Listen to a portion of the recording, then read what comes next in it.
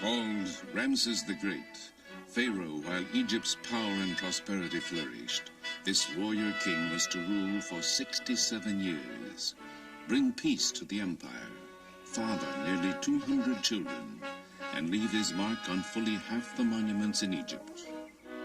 Ramses was only about 20 when his father, Seti I, died in 1290 BC. Seti had ordered his funerary temple built at Abydos.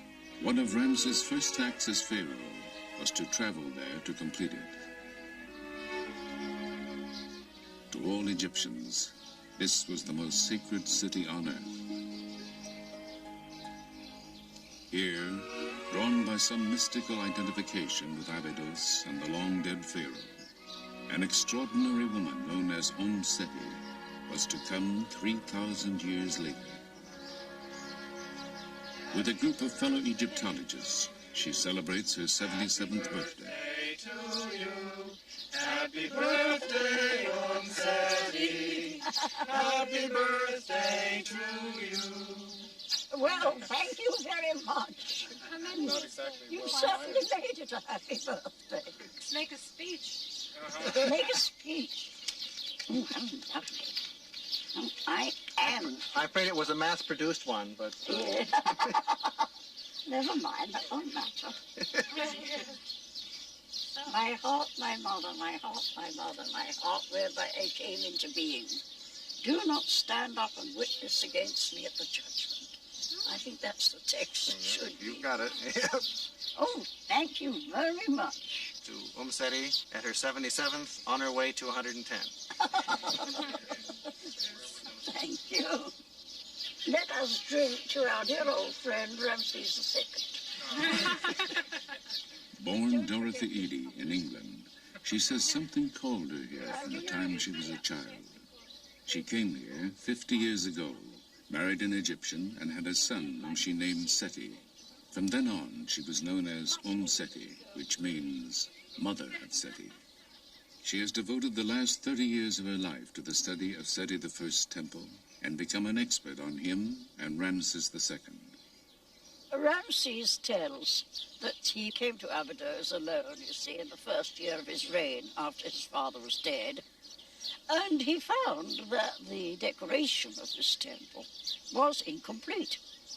In the inscription, he says that I ordered the work of my father to be completed, and all the works which my father had started and were still incomplete, I had them finished. And then he goes on as if he's speaking to the soul of his father, you see, and telling him that all that Seti had wanted to do and died before completing, and all his plans and ambitions, Ramses would complete it.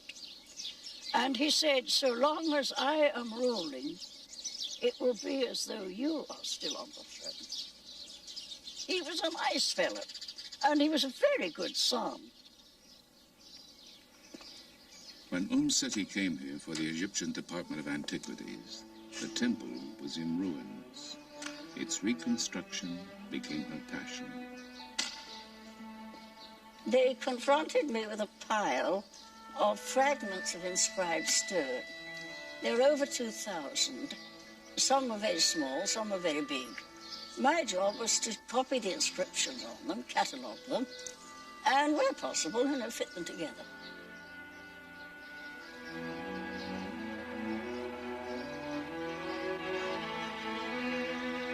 The temple is vibrant with carvings that look as fresh today as when they were painted 3,000 years ago.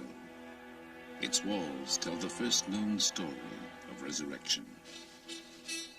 Osiris, a mythical ruler, was killed and dismembered by his brother.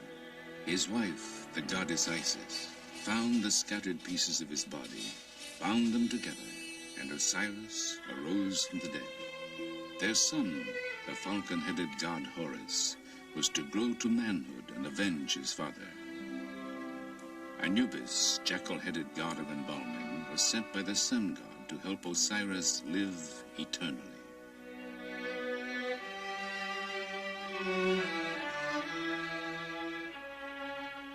The Egyptians believed that because Osiris died and rose again, they too could achieve immortality. Worshipping Osiris, Seti assures his place in the afterlife. Offering incense, the pharaoh worships before the bark of the sun god, Amun-Re.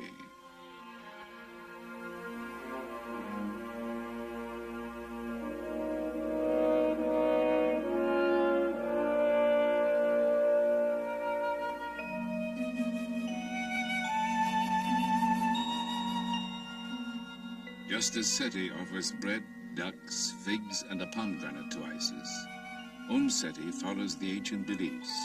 Oh, yes, every year at the great feast, and again on the birthday of the gods Osiris and Isis, I come here with offerings of wine, bread, and incense. Oh, I love coming here. You know, it's a place I really do feel at home.